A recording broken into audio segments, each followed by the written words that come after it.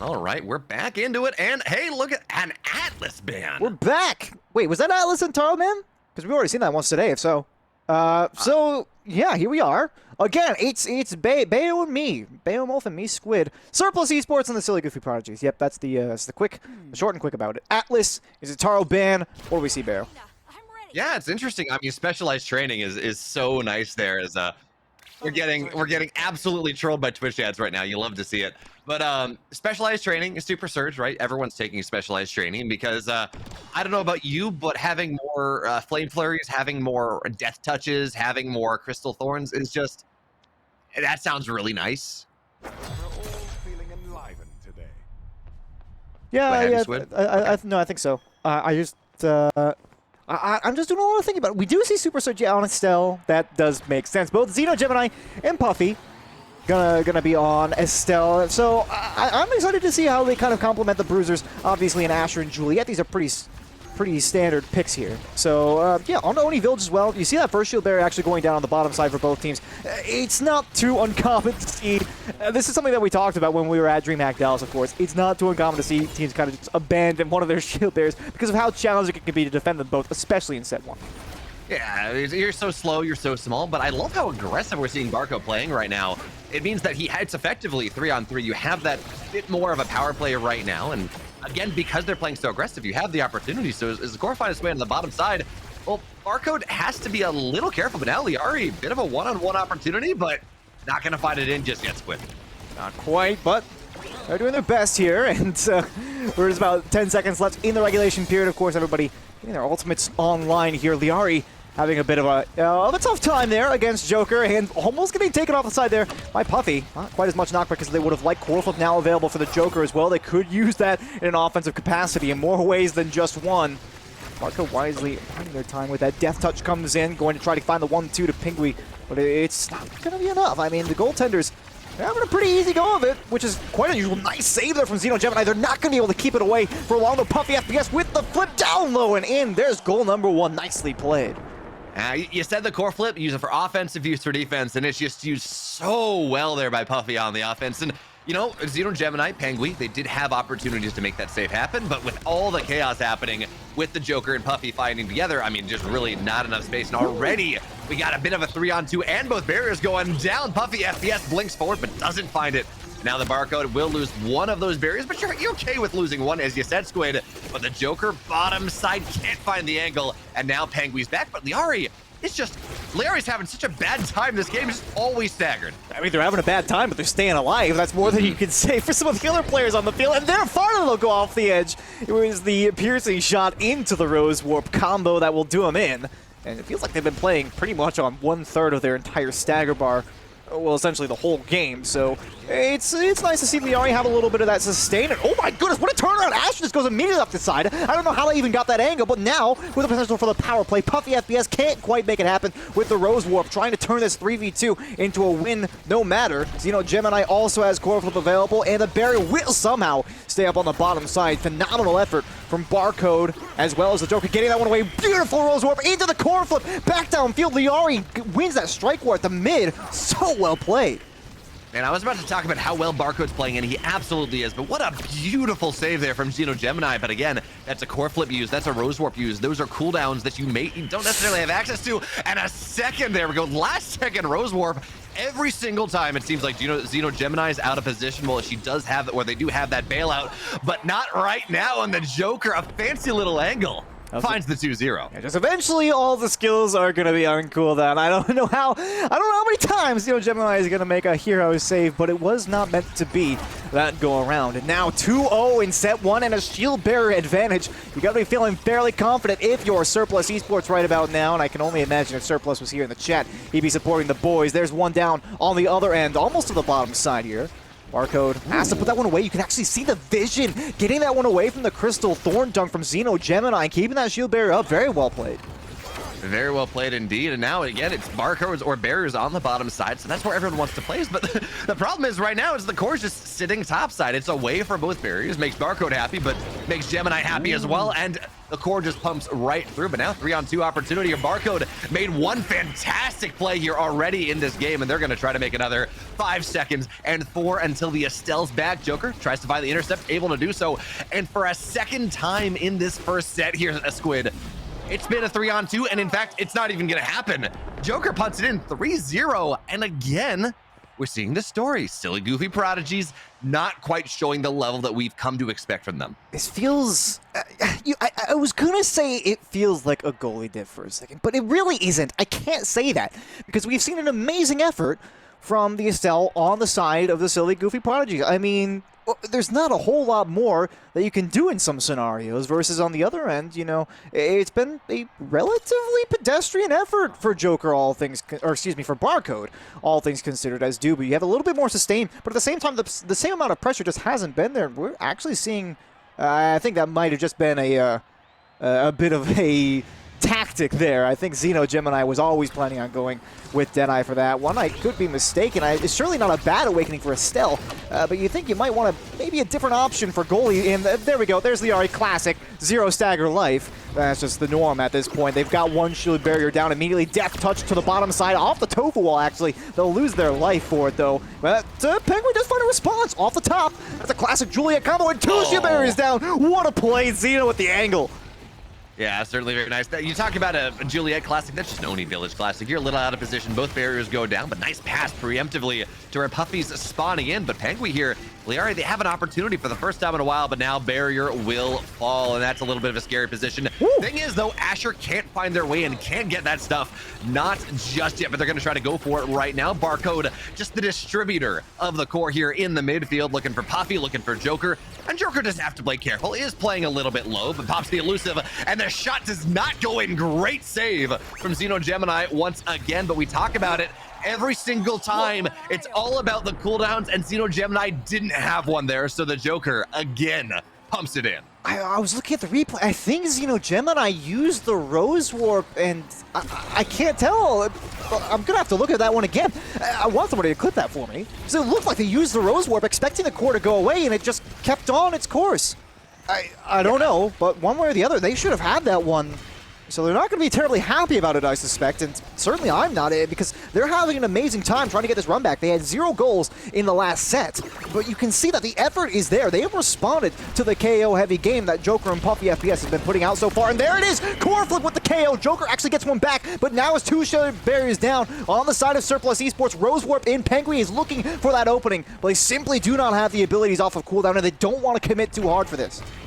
And great patience there from Barcode, very easily to pass that forward, try to get another shot at Joker, but instead waits for Puffy to come back, waits for that full complement of players, and now we don't have any core flips on the field. They've all been spent, all the opportunities are gone, as we will see the Tofu Fortress bottom side walls at an angle. Lyarri has to be careful there, but Puffy is just so forced back here right now, and Joker wants to play forward, right? It's an Asher, it's slow, it's not that mobile, but the pressure is more than enough coming in from Puffy and Lyarri, or Pengwy and Lyarri, and we tie up at 1 apiece. And despite all the knockout pressure that you've been talking about, finally in this timing, we're level 4, we're level 5 now. You have a little bit more speed, a little bit more stagger. We are starting to see Lyarri and Pengwy start to put some solid points together, even if there is that occasional knockout. Erasmus can be a massive X factor as a forward. Not necessarily the biggest bruiser on the field, but has loads of playmaking potential with that death touch, and you can see it right there. Joker had to wait for that death touch to despawn before they could try to make that attack, and now forcing some energy out of the goalie, and there's nothing left in the kit. Joker just walks up, just WM1s that play, and somehow manages to put 2 and 2 together. And I think we're starting to see in part the upsides and the downsides of the Estelle goalie. On the one hand, great mobility, great midfield presence there with a piercing shot with a Rose Warp, but you don't have a lot of anti-stuff. Like, best is maybe Crystal Thorns, but that's only 1 damage distance really anyways. So when you have that heavy pressure from an Ashe or something like that, the Estelle, if the core is just sitting there in your goal line, it is so hard for you to deal with. So XenoGemini takes position right now, blinks forward, very much in danger, but will stay alive right now. And Lyarri, low Tofu Fortress doesn't knock out, but it's so much pressure here. The goalie on the positive side, they don't have their gear working, but it doesn't matter because that's another barrier down. Joker, though, not quite in position, blinks bottom. Puffy looks for the shot, not gonna find it. Joker can't corral, but even still, it's a barrier down, and Barcode gonna be very happy with that forward pressure they put on. Oh, and I love that play. XenoGemini with the Rose Warp in, immediately gets that one up to Pengwy and past the opponents. So it provides a nice opportunity for some offense and some critical clearance as well. The Crystal Thorns even coming in to assist in getting this one downfield. You can see there's so much pressure being applied to Barcode. They have almost no stagger in the bank, and Lyarri is pushing up with the death touch into the opposing backline. You don't see that one every day. A shield barrier down, and now the core flip, and nothing off of cooldown yet again for XenoGemini. We see the downfall of the Estelle goalie as we move on to set 3 Bayo. You mentioned it. You can provide so much assistance to your team upfield, but then you find yourself on the back and nothing to do when that core flip goes down south. Uh-oh, Primetime available and infinite rapid fire. Yes, we could see other things get taken, but having more primaries is just such a beautiful... Yeah, there we go. Okay, Juliet, Estelle both taking it. Never mind, they're going to select something else. Generally, when you see someone just kind of sit there, they're okay with the infinite. But it's interesting to see heavy impacts. Well, okay, there we go. Now the Rasmus gets it. So where do we stand, right? We got a fire up, not nearly as powerful as it once was. And despite this being infinite... Despite wow, I'm blanking on the name. Infinite rapid fire. Thank you, rapid fire. Yeah, despite infinite rapid fire, only the Asher takes it. Yeah, well, I'm not terribly so. Lyarri going for heavy impact is a bit questionable for me, but the Spark of Agi on Pengwy is only going to help them scale up, especially if they go further on in this game. They already got the Spark of Strength, now with the Spark of Agi, so starting to build that wonderful Spark build that you hope to see, and Lyarri with the 1-2 off the top. That's 2 quick barriers, and I didn't even see this one coming. Out of nowhere, it's goal number 1. Yeah, I mean, heavy impact when you have Whiplash, when you have Death Touch, and I think the secondary also counts as an impact as well when you trigger it. So it makes sense, right? You just get a lot of damage on all of your abilities. But now it's another point, and the Barcode is going to play again very far forward here. But the dash from the Joker doesn't really find all that much. In fact, gets interrupted. But that's one barrier down. Second barrier falls, and as good as that pressure from Lyarri was in the previous point, while the Joker just settles, dribbles, and scores. That's what an Asher does, Squidd. Look at that read as well. XenoGemini had all of that space in the midfield to make that clearance, but Joker just walks down. They see that puck going all the way down. Before it even happens, they pop that primary fire using, again, the rapid fire for the reduced cooldowns. Just an amazing read. Just great vision there from the Joker. I can't lie. I'm pretty biased in this one. I really want to see the silly, goofy Prodygies bring this one back. They've made such an amazing effort, as we've said, leaning more into the KO game, which definitely did not favor them early on, but they've been doing an amazing job of trying to come back on that one. PuffyFPS actually just barely escaping a KO there off the side in from the core flip into the Pengwy assault. And those Juliets, they can be so scary, but somehow they got away from that one. And speaking of Pengwy off the bottom now, it's a 3v2, and there's nothing Xeno can do about that one, even with the pre-fire and the Crystal Thorns.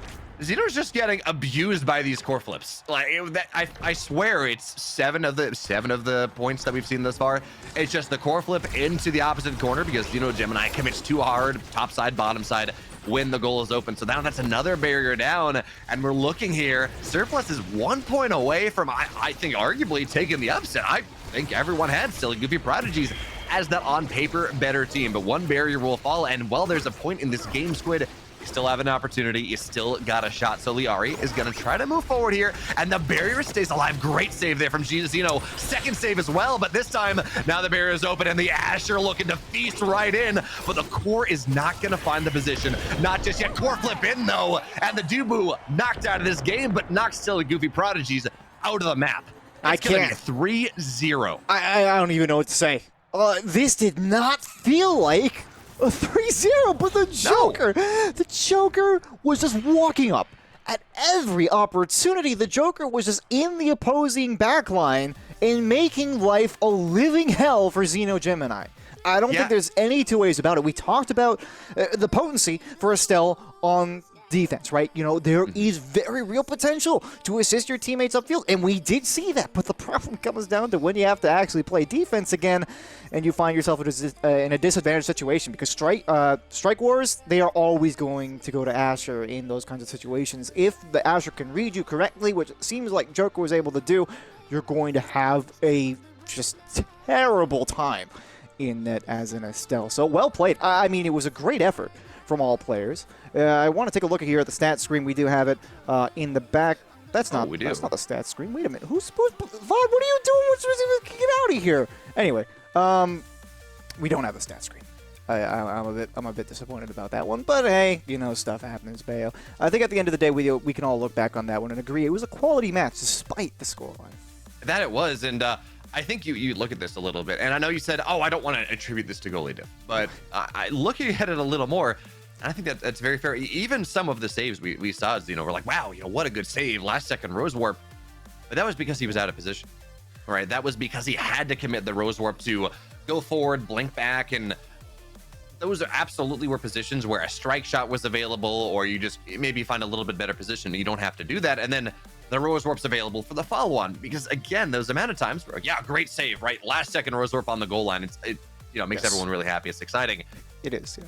But then you don't have it on the next play. The play where you actually really should have needed it, because there's an Asher on the top side and an Estelle on the bottom side, and you really have to cover both sides. If you don't have your full kit available because you had to spend it on an out-of-position play, we saw what happened. It's a 3-0.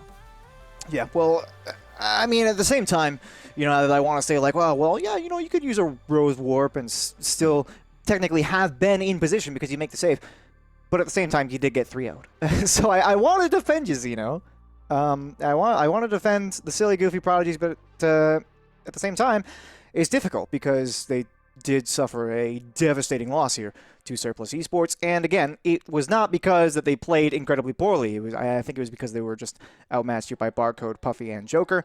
And you did mention it a little bit, and I'm not really tempted to say goalie diff. I just think it was the Joker having a lot more space and time upfield. They won the KO game early on. It started to kind of equalize as we continued into the game. I feel like maybe here and again there were some missed opportunities for some knockouts on the side of the silly goofy Prodigies, but at the end of the day it was the offensive pressure that did him in.